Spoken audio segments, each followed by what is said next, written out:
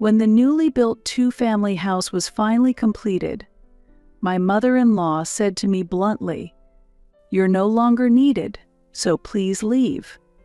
We actually didn't prepare a room for you." While I pretended to be surprised, my husband had already presented the divorce papers.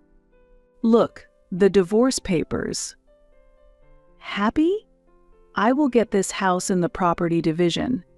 He looked at me with satisfaction, and I maintained my composure while accepting the divorce papers with a smile. I'm finally free. Pretending not to know anything for so long was really exhausting. My husband was taken aback when he saw me answer in such a relaxed manner. "What?" I decided to reveal the truth to my oblivious husband. "My name is Dolores. I'm 32 years old and a company employee. Ever since getting married, we lived in a rented house, dreaming of one day having our own home. We were supposed to save together to build the house, but my husband, Stephen, was reluctant to invest his own money. My parents are financially struggling, so I'm supporting them. I'll help with savings when things settle down." I couldn't argue with him when he used supporting his parents as an excuse. Stephen was self-employed in the transportation business, and because his income was unstable, he never disclosed to me how much he was earning.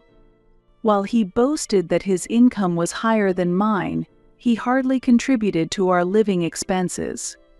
Stephen's parents, whom we live very close by and who receive his support, often came to visit. Stephen's sister also lived in his parents' home, and as she worked from home, she frequently showed up with them. Although his father was already retired and living off his pension, thanks to his working sister, they didn't seem to be struggling financially as much as he claimed. His travel-loving parents often went on trips, and I had been curious about where their travel funds came from. Moreover, during the times his parents were traveling, his sister often came to our house to eat, which has been a source of concern. "I was too busy today to prepare a decent meal, so I'll eat here," his sister would say, waiting for me to come home.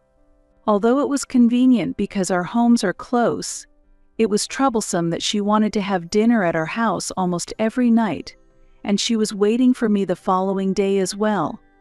When I prepared dinner for Stephen's sister, she openly showed her dissatisfaction.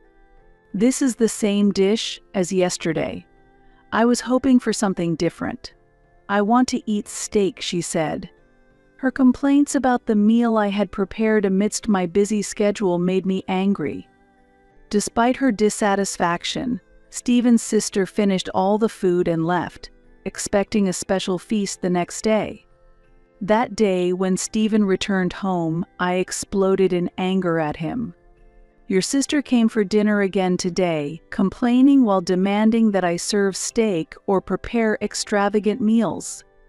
Why do I have to take care of her dinner?" As I spoke with anger, Stephen responded as if it was none of his business. "Don't tell me, tell her directly. Where she eats is not my concern." His response only intensified my anger. I was disappointed once again to realize that appealing to Stephen, who was weak against his family, was pointless. Realizing that Stephen had no genuine intention to build a new home, preferring his family over our life together, my heart sank. Around that time, I received a call from my brother saying that our father had been rushed to the hospital. My father, still an active company employee, had collapsed during work. "The situation is quite serious, so be prepared," my brother said gravely. "Since our mother passed away, I thought my father was healthy, and the news almost brought me to tears." As I was distraught, my brother asked, "Is Stephen busy?" "At times like this, I wish he would support you, Dolores," he said. Even when I tried to contact my husband, I only received cold responses, making me feel even more alone. "I'm too busy right now and can't leave." Besides, rushing there won't improve your father's condition," said my husband, not offering support even in an emergency. Although my father barely survived, he was still in a critical condition. From the next day, I started visiting the hospital to check on my father after work.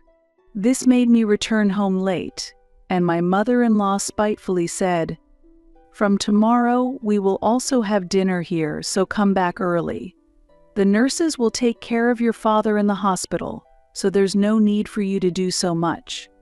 Although Stephen's sister had dined at our house before, his parents had never made a special effort to come for a meal. It seemed like my mother-in-law deliberately said they would dine at our house because she disliked that I was visiting my father, and this upset me. "Why do you need to have dinner at our house? Isn't it inconvenient for you to come here?" I retorted, trying to contain my anger, but my mother-in-law expressed more anger. "Stephen said we should eat here, so I'm coming reluctantly. If there's a problem, talk to him," she snapped. Even though I couldn't believe that Stephen would say such a thing, when I asked him about it upon his return home, he looked troubled. "Mom said that? If Mom says so, I must obey. So it's settled that you will prepare our dinners from now on," he said, seemingly dissatisfied but unable to oppose his mother's commands. As a result, I became responsible for preparing meals for my in-laws. Disappointed by my husband's attitude of prioritizing his mother's instructions, I began to question our future relationship. When his parents dined at our house, it meant that his sister would join them as well. Therefore, I had to prepare meals for 3 additional people. However, I was certain that my in-laws would complain about the food I made, which weighed heavily on my mind. I was fed up with having to prepare under these circumstances. After making dinner, I decided to visit my father and tried to avoid seeing my in-laws as much as possible. As expected, my mother-in-law made a spiteful comment. "Don't you want to be with us? Going to the hospital won't cure his illness, will it?" As I was heading to the hospital and ignored her complaint, my sister-in-law laughed and said, "Dolores's father apparently has quite a fortune, so she must be thinking she'll get a big inheritance by visiting him." Leaving them to their assumptions, I left the house. Since my father was hospitalized, my mother-in-law had deliberately left dinner preparations to me, and her indifferent attitude towards my father's health condition irritated me. As my sister-in-law heard through Stephen, my father was indeed wealthy, and the family did own real estate. I didn't care about the inheritance. All I wanted was for my father to recover. Nevertheless, my father eventually passed away, and I was devastated by his death. "We'll handle the funeral preparations, Dolores, so you can stay by Dad's side," my brother and his wife told me, and they arranged everything.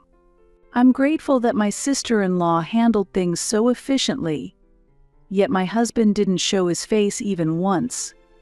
When I informed Stephen over the phone about my father's death, his reaction was unbelievable. "I don't care what happens to your father. What about dinner?" Stephen blurted out. I was speechless at my husband's concern for dinner preparations. Stephen yelled, "Come back home quickly," and hung up the phone. In the end, Stephen did not appear at my father's funeral, and my brother and his wife were displeased with his attitude. How disrespectful of him not to show up at his father-in-law's funeral. He never visited once. What did he really think of Dad? My brother expressed his indignation, and I regretted marrying Stephen. After the funeral, when I returned home, Stephen was inexplicably smiling. "Dolores, what did you inherit? I heard your father had a lot of real estate." He asked about my father's real estate without attending the funeral, and I glared at him angrily. "That's none of your business, is it? And why didn't you come to the funeral?" I demanded. "I hate funerals, they're such a hassle." but I'd like to know the details of the inheritance," he replied almost gleefully. I told him I inherited nothing, although I hadn't discussed it with my brother yet, and I didn't fully know the extent of my father's assets. Stephen doubted my words and continued to ask persistently about the inheritance. When I continued to ignore him, he couldn't stand it and apparently called my brother. Stephen called me, yelling to hurry up the inheritance division. "But is he really that desperate for money?" my brother said. Hearing this, I felt embarrassed and apologized for my husband's actions. "I'm sorry. Stephen is only thinking about the inheritance. Please don't worry about my share," I told my brother over the phone, feeling guilty as I heard his concerned voice. My brother seemed suspicious of Stephen's abnormal interest in the inheritance. My brother and I decided to exclude Stephen from the discussions about my father's real estate, and we calmly agreed on the inheritance distribution. Having lost trust in Stephen, my brother informed me of his future plans, and I agreed to follow his directions. When Stephen later learned that the inheritance had been finalized, he made a big fuss. "Dolores, what did you inherit? Don't hide anything. Tell me everything," Stephen yelled, and his mother overheard. "If you've inherited the house, share some with me too." "I'd prefer a new house if possible," his mother demanded. Similarly interested in my inheritance, Stephen's sister cheerfully stated her wish. "I'd prefer cash. I want to buy a nice and luxurious apartment with it." As my in-laws built up their convenient fantasies, I calmly presented the facts. In reality, all I inherited is a vacant lot. Indeed, I did inherit some cash, but why should I have to give it to you? Disappointed by the lack of a new house, Stephen's mother and his sister frowned upon being refused the cash. Upon learning about the land and cash inheritance, Stephen suddenly suggested cheerfully, "Let's build a new house on that land. A duplex would be great. Wouldn't it be wonderful for us all to live together?" Stephen's mother and sister were delighted with his suggestion, and I responded as my brother had instructed. "Understood. Let's build a duplex on the land I inherited," I readily agreed, and Stephen's mother and sister smiled in satisfaction, but his father seemed to realize something and asked, "Dolores, are you sure about this decision? You realize this means you'll be living with us?" His usually reserved father seemed surprisingly sharp this time. "Just be quiet. It was because of your low income that we couldn't build a house," Stephen's mother snapped, and his father fell silent as usual. Since the decision to build the duplex, Stephen started coming home late, saying he was busy and his parents stopped showing up at the house as often. Now, I painfully felt the spitefulness of Stephen's mother and sister, who had demanded dinner preparations during my father's hospitalization. When Stephen's mother and sister tried to decide the layout of the duplex on their own, I firmly refused. "I will decide since I am providing the land and funds. We'll go with a standard layout, so rest assured." I skillfully avoided a situation where Stephen's mother and sister would have created a strangely structured house by deciding on the layout themselves. I explained to the disgruntled in-laws that while we would share the entrance, the living areas would be separate, to which Stephen's mother sarcastically retorted, "I'd rather not live with you, Dolores. Dividing the living spaces is better for us." Apparently they were displeased that I was leading the layout planning. Hearing their words, I responded in a low voice, "Don't worry, we won't be living together." My quiet voice wasn't heard by my mother-in-law, but my sister-in-law seemed puzzled and asked me for confirmation. "Did you just say something? Like we won't be living together or don't worry?" When I quickly denied saying anything, my sister-in-law accepted it immediately. As the floor plan was finalized and the construction of the house began, My in-laws were almost daily visitors at the construction site, looking forward to its completion. My sister-in-law, who works from home, often accompanied her mother, seemingly shifting her work hours to the night. As the completion of the duplex approached, Stephen and my in-laws started shopping for new furniture and appliances. New houses need new furniture. Since it's your house, Dolores, could you provide the funds for the furniture and appliances? Stephen suggested, trying to also make me pay for these. I responded apologetically while pretending to be sorry. I'm sorry, but my funds are depleted, so I'd appreciate it if you could handle the furniture and appliance purchases. While Stephen looked perplexed, surprisingly, my mother-in-law supported me. Stephen, arrange for the furniture yourself. Dolores has already done enough by building the duplex. It was hard to suppress my laughter at this unexpected support. Looking forward to life in the new house, Stephen and my in-laws purchased a large amount of furniture and appliances, apparently financing much of it with debt. Close to the completion of the duplex, when we visited the site as a family, my mother and sister-in-law began to boast about the furniture and appliances they had bought. Are you sure it's okay to borrow so much? I definitely can't repay it with my pension, my father-in-law asked anxiously. Unconcerned by his worries, my mother and sister-in-law were optimistic, expecting him to help with the payments. Stephen has been very busy lately and comes home late, but we can repay the debt soon enough. You should help out a bit too. My mother-in-law told my sister-in-law. Suddenly asked to contribute to the repayment, my sister-in-law hastily retorted, "What? I can't afford that. Stephen has to work harder. His job is going well, so there's no need to worry." Listening to the conversation between my in-laws and sister-in-law, I could barely contain my laughter. If my husband's job was going well, he could have made purchases with cash without having to resort to loans. In fact, until recently I did not know, but it seems that neither my mother-in-law nor my sister-in-law knew the exact amount of my husband's income. Please do not bring in furniture and appliances without permission. There are procedures required, I explained, and my mother-in-law visibly showed her displeasure, but my sister-in-law responded meaningfully. It's the house we will be living in, so we can just wait a bit longer. At her words, my mother-in-law smirked, and I pretended not to notice anything.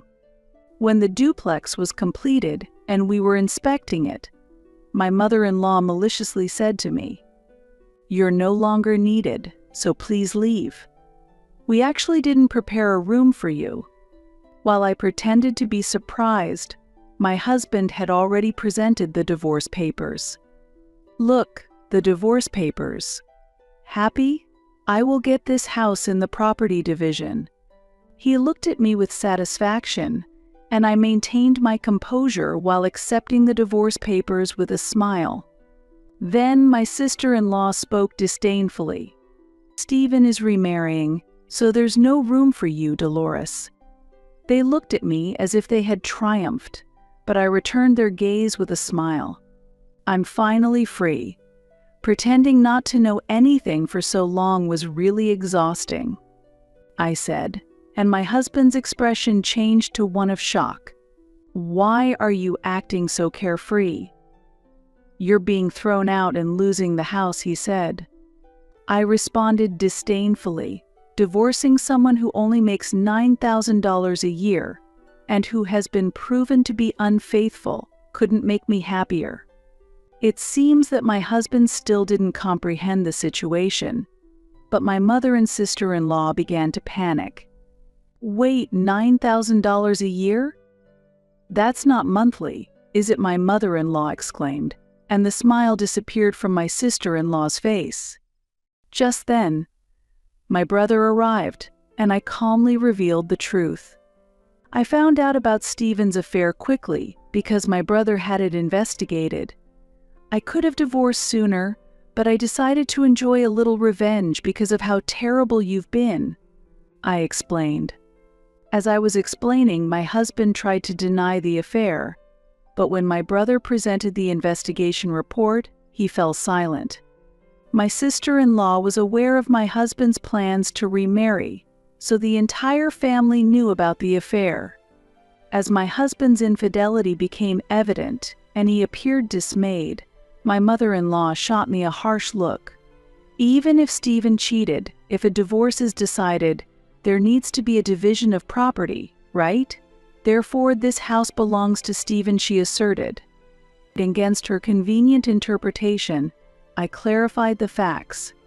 The land this house is built on was inherited from my father, and therefore it is excluded from the division of property. The funds for constructing this house were also entirely from my inheritance, and the house is registered only in my name. Thus, it is not subject to property division. If I had used the inherited funds for daily expenses, or if my husband had contributed financially to the building of the house, then it might have been considered for property division. However, that was not the case here. Despite my explanation, my mother-in-law was not convinced. Stephen and my sister-in-law, realizing they would not receive the house, were clearly unsettled. "Why didn't you tell me that I wouldn't get the house even after the divorce? I had promised my girl a life in a new home," Stephen exclaimed in anger. Watching this, my sister-in-law murmured in shock. "Not being able to move into a new house. I've already bought the furniture, and now it's all wasted." Upon learning that Stephen's annual income was only $9,000, my sister-in-law became even more concerned about the repayment of debts. Stephen, also worried about debt repayment, discreetly sought confirmation from his sister. "Mom said that since your income is stable, repaying the debt shouldn't be a problem, right?" he asked. My sister-in-law turned pale and just shook her head silently. Facing the pressure of debts, I declared calmly to my husband, "Given the fact that you committed adultery, I'm preparing to claim a division of property. I will also hold your affair partner responsible." Faced with the reality of a property division claim, my husband tried to retract the divorce and attempted to snatch the divorce papers from me. At that moment, my brother intervened, stopping my husband, and sternly stated, "It is shameful to talk about canceling the divorce after having an affair. We've already started the process for a claim for damages through a lawyer, so you better be prepared." Finally, understanding the seriousness of the situation, my husband collapsed, powerless. Meanwhile, rather than worrying about my husband's divorce, my mother and sister-in-law were preoccupied with their own debts and suddenly began to prostrate themselves before me. "Dolores, please help us. You're the only one we can rely on," my mother-in-law begged as she rubbed her head on the floor. I responded calmly, "We are now strangers to each other, and there is no chance of getting the loaned money back, is there?" When I responded, my mother and sister-in-law were at a loss for words. Everything had gone according to plan, so as my brother and I were about to leave, my usually reticent father-in-law suddenly spoke up. "I'm getting a divorce as well. I've always followed your mother's commands, but I can't stand it anymore," he said angrily and left the new house. Stephen and my sister-in-law, who didn't earn much, found it difficult to repay the debts, and it seemed everyone was hoping for my father-in-law's pension. It appears that my father-in-law had finally decided to free himself from my mother-in-law's control. As we looked on, my husband and his family panicked and followed my father-in-law out of the house. Watching them leave, I felt a sense of relief, and my brother was smiling contentedly. When I said we were building a new house, Stephen and the others acted just as expected. The revenge on everyone was also thanks to you, brother. I expressed my gratitude, and my brother smiled modestly. It was actually his plan. Afterward, I filed the divorce papers and demanded property division from my husband and his affair partner. My father-in-law eventually divorced my mother-in-law and left the family home. My ex-husband ended up moving back in. After I left the house I used to live in, my ex-husband was unable to pay for living expenses or rent and had to return to his mother's house. At the in-laws' house, they were just managing with my ex-husband and sister-in-law's meager incomes and my ex-mother-in-law's pension, barely making ends meet and unable to afford debt repayments. My ex-husband was burdened with monthly payments, his debts kept increasing, and he was even abandoned by his affair partner. The affair partner, due to financial instability, gave up on marrying my ex-husband, and my ex-mother-in-law had sought support for living expenses and debt repayment, making my ex-husband's situation even tougher. It's natural to dislike living with such a noisy mother and sister-in-law. From the start, I planned to rent out the duplex, and I had already arranged with a real estate agency, with tenants already lined up. I decided to utilize the precious land and funds inherited from my father, starting a new life in a one-room apartment, but with rental income from the duplex. I was living a stable life. Sometimes when I visit my brother and his wife, they ask about the possibility of me remarrying. Since I've failed once, I'm not thinking about marriage for a while. I don't want to go through that trouble again. I responded, and while my brother understood, his wife optimistically suggested, "Don't worry. Next time I'll find someone wonderful for you. Your Father in heaven would be worried to see you alone," she proposed brightly. Moved by her words, I find myself looking forward to a wonderful introduction. Knowing my brother's wife to be a trustworthy person, I'm sure she will make a good choice. While I showed a reserved attitude on the outside, deep down, I was excited about whom I might meet next. I've been meticulous in building this basement, so there's no way anyone will find out. Right. Thank you for preparing such a lovely room just for me. A young woman's voice, filled with affection, and Eric responding to it reached my ears, leaving me at a loss for words. What is happening? My mind was in disarray, unable to think, when suddenly a woman's high-pitched voice mixed with sighs echoed through the hallway. No, that can't be. Unbelievable. I had a hunch something was off with my husband's recent behavior, but seeing it firsthand, I realized I was more shocked than I had anticipated. I love you the most, Jennifer. I'm so happy. Eric. I love you too. The voices of the two, affirming their love for each other, seemed as if they were bound by fate. Who could have predicted that in our new home's basement, my husband would be indulging in an affair with a stranger? I clasped my trembling hands in front of my chest, then quietly closed the basement door. Desperately, I thought about what I should do next. I am Kelly Simpson, 31 years old. I work at a company that does web production. Since I was young, this has been my area of expertise, and I was truly happy when I got a job at my dream web production company. It is a young company, founded just 20 years ago, and most of my colleagues are of the same generation. This makes for a lively and harmonious workplace where I spend fulfilling days. Surrounded by wonderful colleagues, I am fortunate to work in my ideal workplace. I am also blessed in my personal life, having married Eric Simpson, who is 2 years older than me, about a year ago. Entering my 30s, I had started to feel anxious about marriage, but after meeting Eric at a mixer and dating him for 2 years, we got married. To me, who was eager to marry, He was like a hero offering a helping hand. We currently live in a rental apartment, but Eric, who designed our dream home from scratch, plans to complete it soon. It may seem a bit early to build a house less than a year after our marriage, but Eric had always planned to own a home before turning 30. When I asked why, he mentioned that he couldn't forget the environment where he grew up.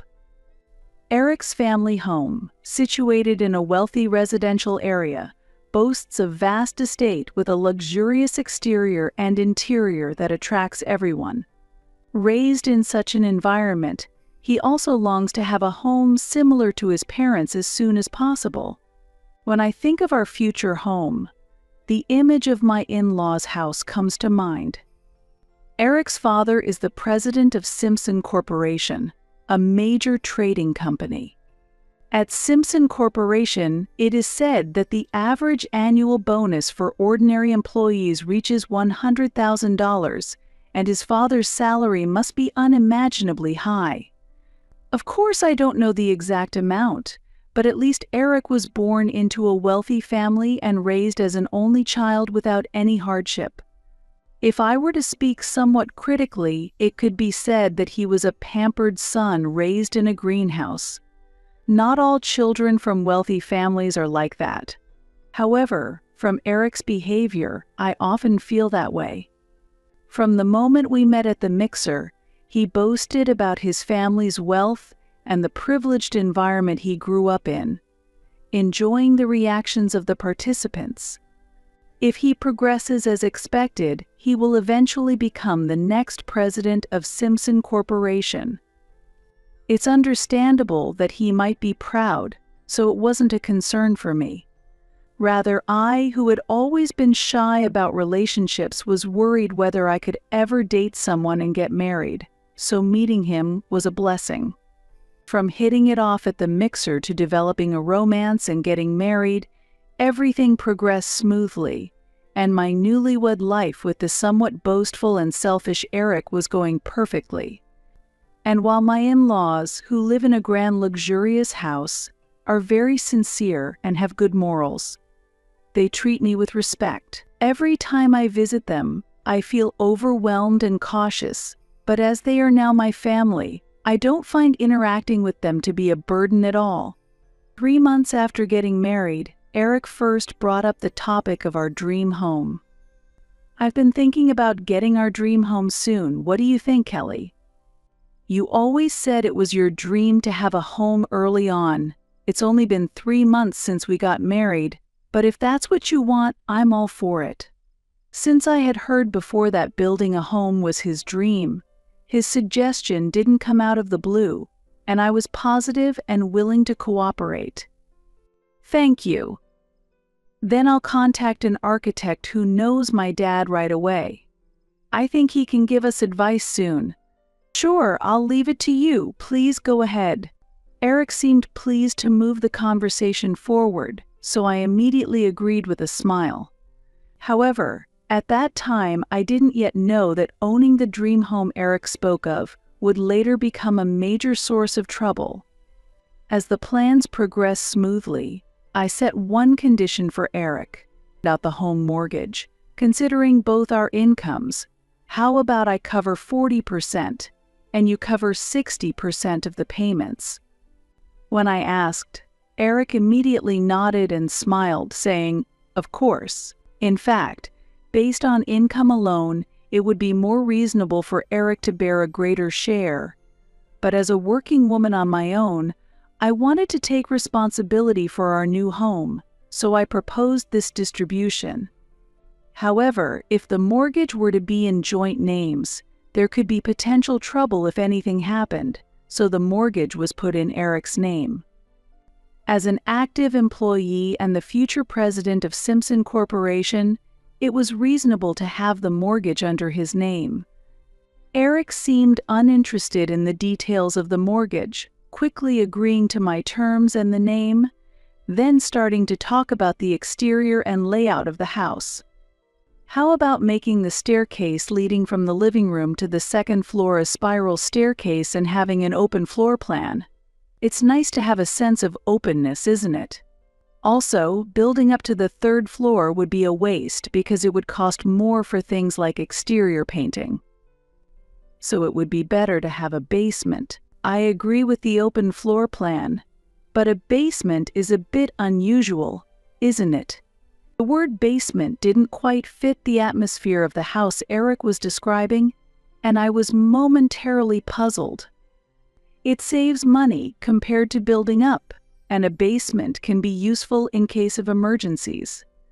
I'm planning to use it as a bedroom for now, but if you don't like it, we can make the bedroom on the second floor and use the basement as a storage room. I was just surprised because I didn't think you would be particular about having a basement. I felt a slight discomfort with the assumption that a basement was a given, but I decided it was just one of his preferences. Besides, as he said, having a basement might indeed be handy for storage space, so I agreed to it. Although it might be unusual for a woman, I'm not really interested in designing layouts from scratch. Therefore, I had no problem letting Eric make all the decisions. When I agreed to include a basement, Eric's eyes seemed to sparkle even more. It appeared that he really wanted a basement. I found him very attractive when he talked about his passion for our dream home. He continued to visit the architectural firm multiple times, refining the floor plan through trial and error. I joined him when I could, but often work popped up suddenly on weekends, and there were days I couldn't accompany him. However, Eric didn't seem to mind when I couldn't join the meetings.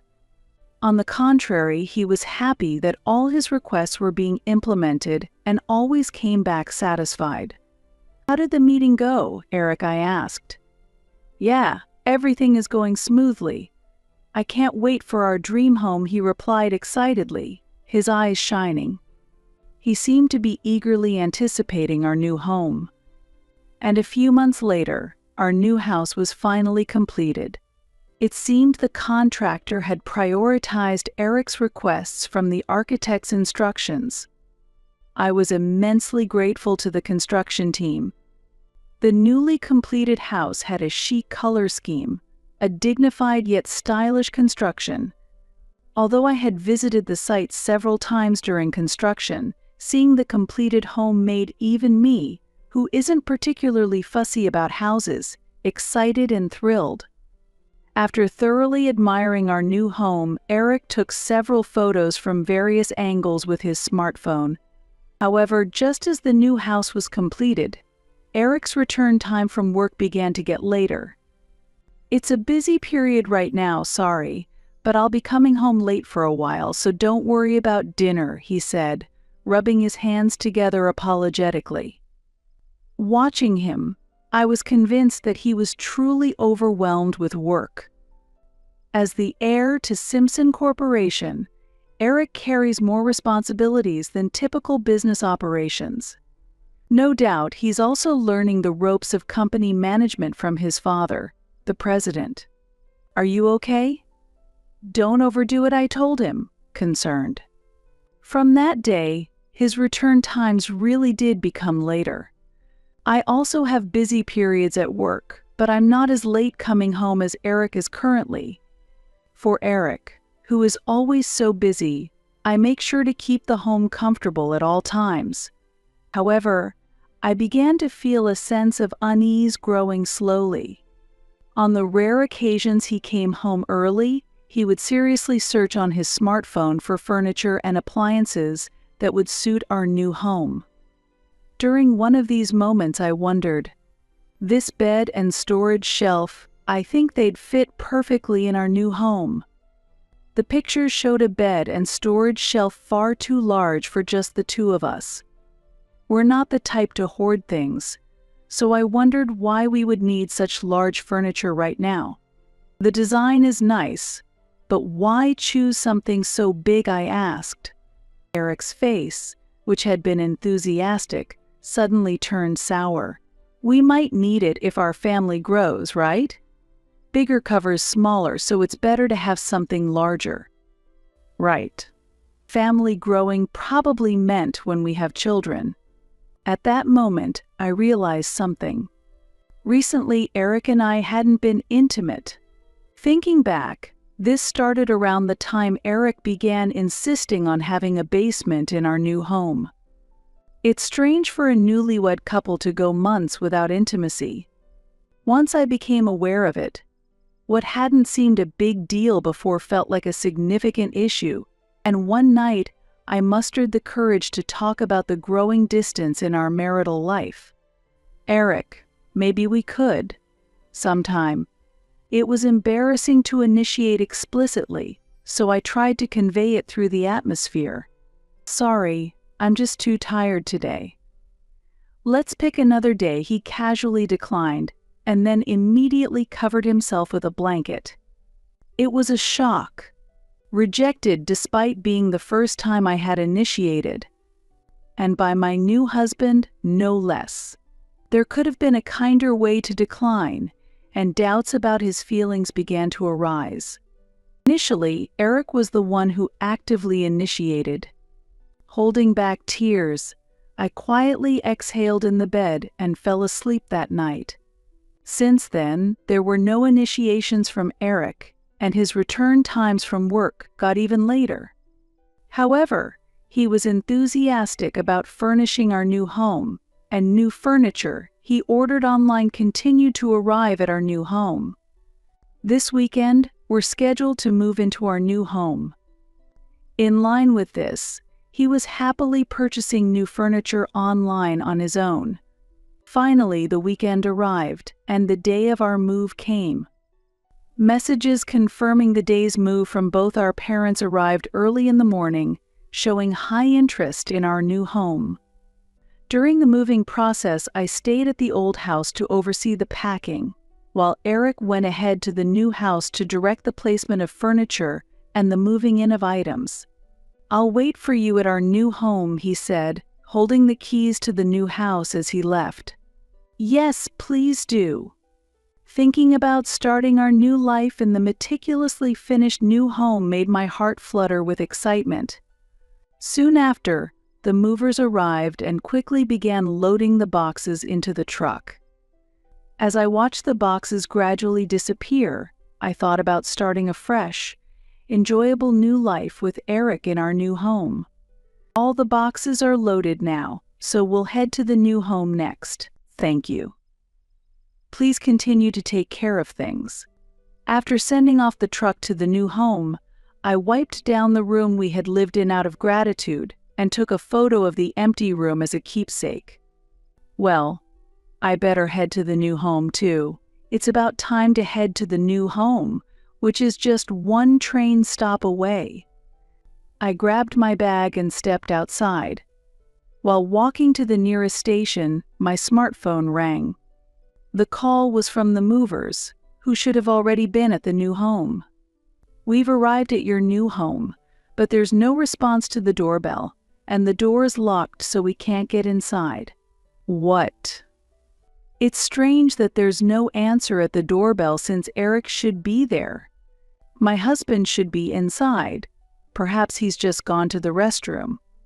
"Could you try ringing again?" I suggested, and I could hear them ring the doorbell again over the phone. "I'm sorry, but we've tried several times already, and it seems that no one is here," came the troubled reply. "I understand. I'm on my way there now and will arrive in about 15 minutes. Could you please wait for me?" Since ringing the doorbell repeatedly changed nothing, I asked them to wait until I arrived. While hurrying to the new home, I thought Eric might have stepped out somewhere. However, I couldn't have imagined the shocking situation that awaited me. After getting off the train one station away, I hurried to the new home. Upon arriving at the house with black walls, the movers were still waiting in front of the entrance just like before. "I'm so sorry for keeping you waiting. I'll open the door right away." Feeling apologetic, I quickly unlocked the front door. Eric's shoes were not at the entrance, confirming that he had gone out. I hadn't expected him to go out during the move. He might have had urgent business, but he could have at least informed me. Despite feeling irritated, I continued directing the movers where to place the furniture. All the items have now been brought in. Thank you for using our service. They informed me cheerfully, and I expressed my gratitude and apologies again. Feeling tired, I decided to start unpacking the boxes. As I wondered what to do with the boxes that hadn't been assigned a storage place yet, I remembered the basement we had talked about before. Right, if I put them in the basement for now, at least the living room will be tidy. Maybe I should put these there for now. I carried a few lighter boxes down the stairs to the basement. Just as I was about to open the basement door, I heard a noise inside, and startled, I stepped back and listened closely. There were sounds of movement inside. Startled and my heart pounding loudly, I took a deep breath to calm myself. As I slightly opened the door, light spilled into the hallway, and I gasped. I couldn't see completely inside, but the mere thought of what was happening inside made my spine chill and my body tremble. I've been meticulous in building this basement, so there's no way anyone will find out. Right. Thank you for preparing such a lovely room just for me. A young woman's affectionate voice and Eric's response reached my ears, leaving me speechless. What is happening? My mind was in disarray, unable to think, when suddenly a woman's high-pitched voice mixed with sighs echoed through the hallway. No, that can't be. Unbelievable. I had a hunch something was off with my husband's recent behavior, but seeing it firsthand, I realized I was more shocked than I had anticipated. I love you the most, Jennifer. I'm so happy. Eric, I love you too. The voices of the two, affirming their love for each other, seemed as if they were bound by fate. Who could have predicted that in our new home's basement, my husband would be indulging in an affair with a stranger? I clasped my trembling hands in front of my chest, then quietly closed the basement door and locked it quietly. Desperately, I thought about what I should do next.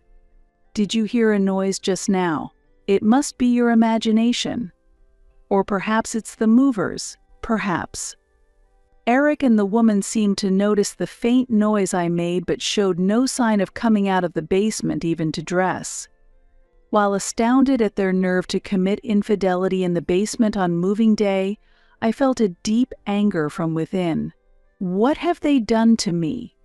We were still newlyweds, supposed to start a happy life in our dream home. As I clenched my fists so hard that nails left marks on my palm, a surge of vengeance against Eric welled up inside me. I wanted to catch them in the act of their affair at all costs. I decided to act immediately for that. I quickly contacted my parents and in-laws, as well as Eric's aunt and uncle who live nearby. When I told them I wanted to show them the new home, family and relatives quickly came over. My parents and in-laws especially seemed to be fully prepared as they had already planned to visit today. Eric's relatives also arrived, and I felt inwardly satisfied. Thank you all for coming. There are still some boxes left, but please make yourselves comfortable. I guided everyone around the new house with a bright smile, hiding the flames of revenge burning inside me. What a wonderful home.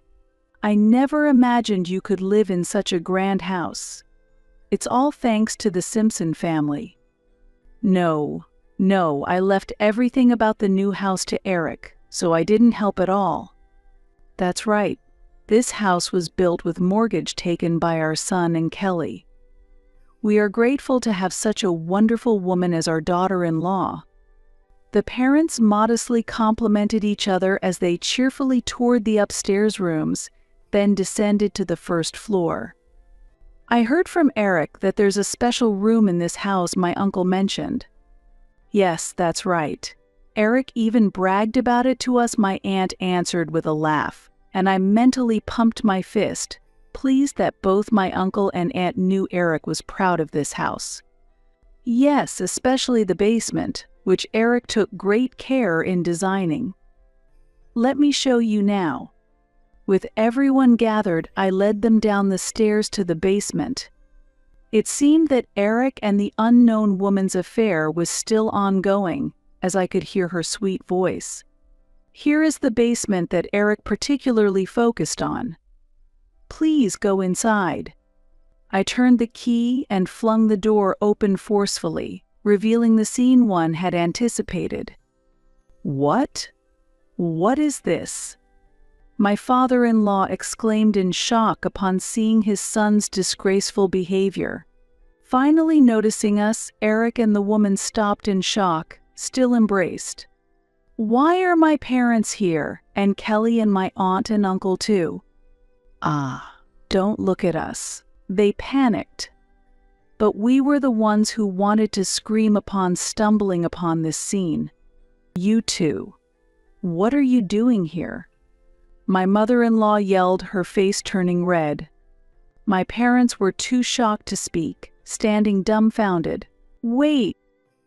Listen to me." Eric tried to make excuses, but in this situation his words lacked any convincing power, and he stumbled over his words. "Huh? Hey, that woman, she isn't an employee at our company, is she?" Seeing the woman's face, my father-in-law muttered. Reacting to the mention of our employee, the woman suddenly looked frightened and pulled a blanket over her head. Seeing her reaction, my father-in-law looked at Eric in astonishment. "Is that woman someone from the company?" I asked my father-in-law. He nodded, his voice trembling. "Yes, she's one of our new employees," what I exclaimed, confused. New employees were usually around 22, fresh from university, or 18 if they had just graduated high school. I recalled that Eric had proposed building this house around May this year. At that time, he was enthusiastic about designing the basement and was excited about purchasing large storage units and a bed, whose purpose was unclear. I had thought it was his love for a future family and his unique interests, but putting together the pieces from earlier, the situation seemed very different. And it was around the time when our intimate life as a couple ceased, and he started coming home late due to a busy period. "Foon. So maybe you met this new employee in April and immediately started an affair? You wanted to build a basement to sneak her in secretly, and needed a big bed and storage to enjoy your rendezvous here." I confronted Eric with the suspicions I had been harboring. "It's not like that, Kelly. The basement was supposed to be a space for hobbies, and it could also be used for storage. I chose the furniture thinking of the future." His excuses seemed desperate and unconvincing. I felt the love I had for him cooling rapidly, like the receding tide. "Just for storage, you specifically wanted a basement?" "I believed in your passion for our dream home. That's why I finally agreed to the basement. But looking at this situation now, don't you think it's unreasonable to ask me to believe you?" Eric looked down, unable to respond. I had never imagined that our new life in this eagerly awaited home would be betrayed in such a way. Betrayed by my husband's affair with a younger woman, my heart felt like it was being torn apart. Do you understand what you've done? Having an affair with your boss who's 10 years older than you, you've got some nerve." I pulled off the blanket covering her head and stared into her eyes. I didn't know Eric was married," she said tearfully, looking anxious. "But my father-in-law wouldn't have it." "That's impossible. Everyone in the company knows Eric is married. We even announced it recently in the company newsletter. You might try to claim ignorance because you're new, but even then, looking at this big house, do you think saying you didn't know would be an acceptable excuse?" The woman shrieked briefly in fear as she tried to stammer out some excuse. Considering they were caught naked together in the basement, any excuse seemed futile. "It's not true. Jennifer really didn't know. It was all my fault. Please don't blame her." Eric desperately defended her, making me utterly despise him. In this situation, where I was the most hurt, enough with the insults. Shouldn't Eric be protecting his wife, not his mistress? My parents, in-laws, and other relatives all shared the same reaction, their faces hardening in disapproval. Finally realizing no one supported him, Eric seemed stunned by the gravity of the situation. The other woman finally broke down crying. "What are we supposed to do now? It should be clear with a little thought, but I can't understand the nerve to cheat so easily." "Right, Kelly? This was just a momentary lapse. Let's make up and start over from the beginning. I mean, there's no way I could seriously fall in love with such a young woman, right? It was just a fling." At Eric's words, we just opened our mouths in astonishment, unable to speak. The woman next to him, who had been crying and trembling, turned pale with shock at his sudden betrayal. Seeing Eric desperately trying to save his own life made me feel like I was truly seeing his true nature. Who would think of repairing a relationship with him in such a situation? It's just baffling how naive Eric can be. How can you say such a thing? You really don't understand people's feelings. I thought today was the start of a happy life for the two of us in this house, and you ruined that. So from now on, you think a momentary lapse of judgment is an excuse. And you were rude not just to me but to her as well. I wish you had understood that infidelity comes with risks. If you're going to do it, be prepared to lose everything and protect her to the end. That's because I was immature. Even now, he still doesn't understand his position. I was even more disappointed by his attitude. My father-in-law also showed his displeasure with Eric's frivolous behavior. Will you be quiet and listen? What is this frivolous attitude of yours? You should be sincerely apologizing to Kelly first, shouldn't you? Thinking only of saving yourself is the height of foolishness. Everyone was overwhelmed by my father-in-law's intense presence. I did not raise a son like this, someone who lacks human decency and can't distinguish between right and wrong cannot hold the position of future president of the company. And you, miss, are fired effective today. Eric and the woman gaped in shock at this sudden declaration. Wait, Dad. Please don't take away my position. I'll do any job, just reconsider that part, please, Eric pleaded. The woman also hurriedly continued. President, I am terribly sorry. I got into a company I could brag about to my parents as a new graduate, and to be fired over something like this. What will they say? I don't mind being transferred, just please don't fire me, I beg you. The two desperately begged for my father-in-law's forgiveness. However, my father-in-law's expression did not change at all, and it was clear that he was completely unmoved by their words. After a brief silence, he inhaled deeply and rebuked them. You two, you're apologizing to the wrong person. The person you should be apologizing to is Kelly. If you can't even understand who you should be apologizing to, there's no way I can entrust the future of Simpson Corporation to you. Do you understand? Finally receiving their last warning, the two screamed, "Ah," and clung to each other. Their figures looked pitiful, but I felt nothing more. If you understand, can you please leave now? I said indifferently. Kelly, please forgive me. I'm apologizing like this. Please, Eric begged. I apologize too. Please forgive me. The woman also desperately apologized. Despite not apologizing sincerely, they clung shamelessly, and I glared at them and shouted, "Stop insulting people. Leave now." Perhaps realizing I was serious, the two were startled and rushed out of the house. Afterward, we who remained just looked at each other, trying to calm ourselves. My in-laws repeatedly apologized to both my parents and me. While I'm still angry at Eric, I am truly grateful to my in-laws, and I vowed to start a new life from now on. Later, we divorced, and I successfully received a large settlement from Eric. Though Eric was the son of a wealthy family, without his parents' help, he didn't have the financial means to pay the settlement in one go. He would likely need to repay his debts moving forward. As declared, my father-in-law fired Eric and the woman from the company, and also decided to disinherit Eric from the Simpson family.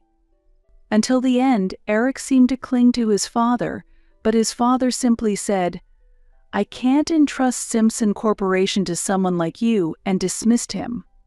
Ultimately, the company was taken over by a competent subordinate whom my father-in-law trusted.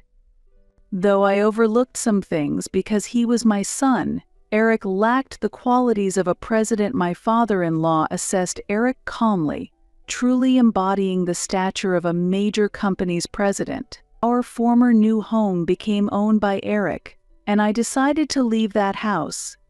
A house with only painful memories is better off gone.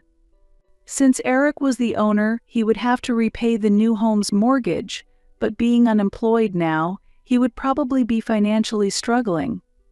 On the other hand, once the woman learned that Eric was no longer the successor, she left him. Ultimately, she was probably only after Eric's money. It's understandable when you think about it. Engaging in a high-risk affair with a man 10 years older than her, the benefits were limited. Of course, I also claimed a suitable settlement from her. Both of them, being unemployed, would be chased by the need to repay the settlements. Eric lost his wife and job, ended his relationship with his lover, and now faced a large debt. I don't feel sorry for him. This was all his doing. How Eric will recover without his father's support is unknown, but I hope he never appears before me again. Afterward, I moved to a rental apartment suitable for living alone to start a new life, surrounded by my favorite furniture. I am enjoying a free life. Interactions with my colleagues at work are also enjoyable, and I've met someone who interests me. If I ever decide to marry again in the future, I will discuss thoroughly with my partner and build a home we both agree on. That is my resolution.